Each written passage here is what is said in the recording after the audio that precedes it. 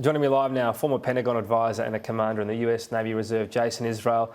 We are short on time, sadly, so much been going on. But Jason, just as a view, a lot of people have been saying, how can this happen in the past 90 days? Do we need to ask how this has happened over the last 20 years as well?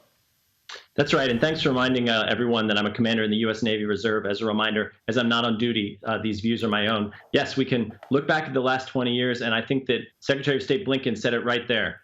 There was a mission to go into Afghanistan to stop a 9/11 from happening again on U.S. soil, and that was successful. However, we all know that over the last 20 years, it has been stated and restated of trying to put a Western-style democracy and an Afghan army in place so that they could defend their own nation. And that, of course, as we've seen tragically today, has been unsuccessful. And for those of us in the military, working in the Pentagon, working as advisors in the White House anytime over during this time, this is definitely a sobering day where we have to recognize the limits of our assessments, the limits of our power, and then learn from what we can do going forward, but also how we can best protect Americans today, starting from the embassy in Kabul.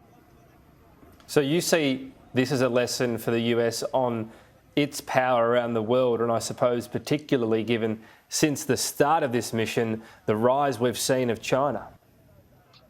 Yes, absolutely. So I think that one thing we'll be looking at heavily is these special investigation reports in Afghanistan that have been raising alarms over the last several years, saying that the estimates of the Afghan army's ability to operate independently from U.S. troops is not tested and unknown. So all of our assessments were saying, okay, this is what the Afghan army can do with the support of the U.S.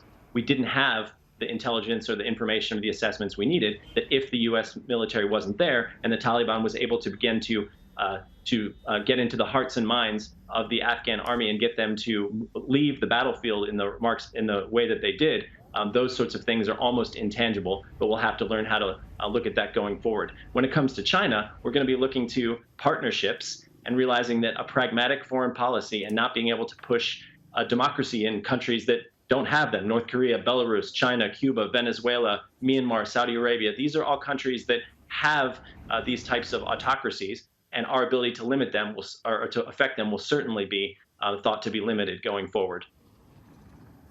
The Taliban's position then compared to now, how do you view it? A lot of people are worried that they're essentially armed with the US equipment they captured from the Afghan army. There will be U.S. equipment there, and I'm actually more worried about it moving into the black market and into other hands than it being able to capably be used on the battlefield. Unfortunately, it was not being, a lot of that equipment was a mismatch.